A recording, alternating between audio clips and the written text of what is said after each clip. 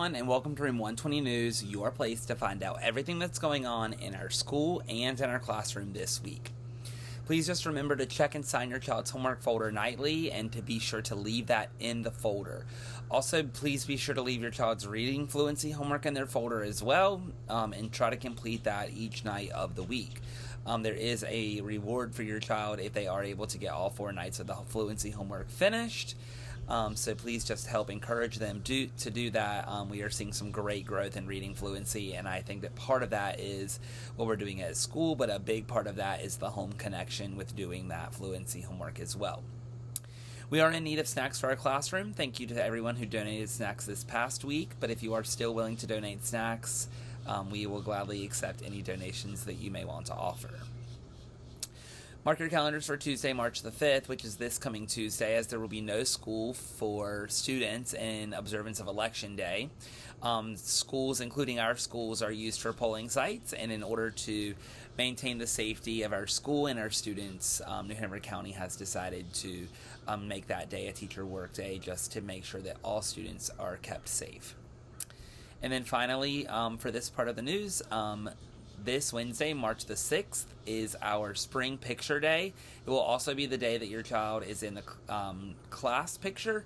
So please just make sure that your child is on campus on Wednesday, if at all possible, so that they're in our class picture and also able to get their spring pictures done as well.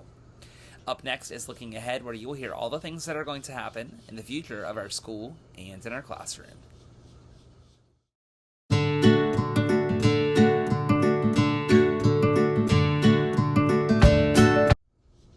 You should have received an application for the 2024 Castle Hayne Has Talent show.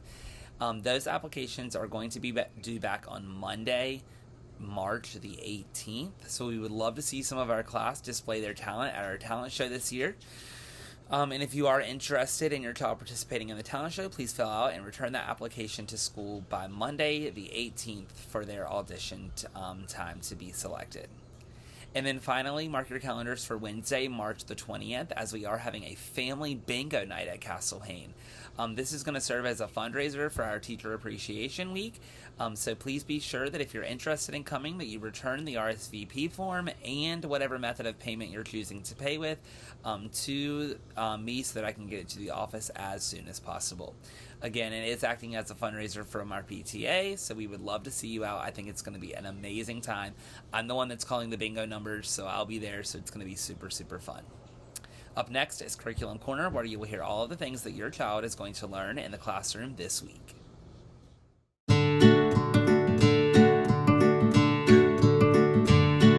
In Eureka Math, we're continuing Unit 4, which is adding and subtraction strategies.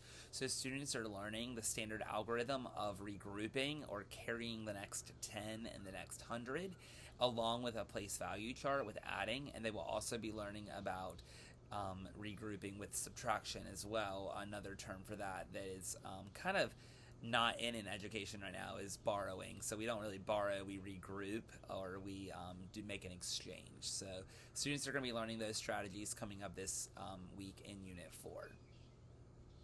In Foundations, please just be sure to check the Foundations newsletter that is provided in the Tide Times.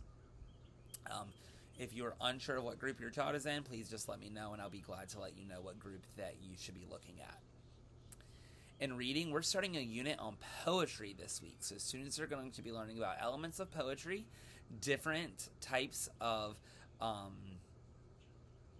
figurative language, such as alliteration, metaphors, simile, personification, automatopoeia, and students are also going to be learning about how poems have rhythm and have rhyme, and they'll be looking for rhyming words and how the poem has rhythm using the different rhyming words.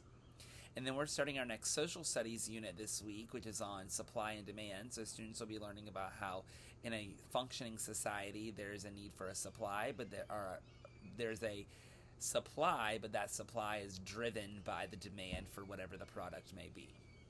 Thank you for tuning in to this week's episode of Room 120 News. If you have any questions, comments, or concerns, please feel free to reach out to me. If not, we'll see you right back here next week for another episode of Room 120 News.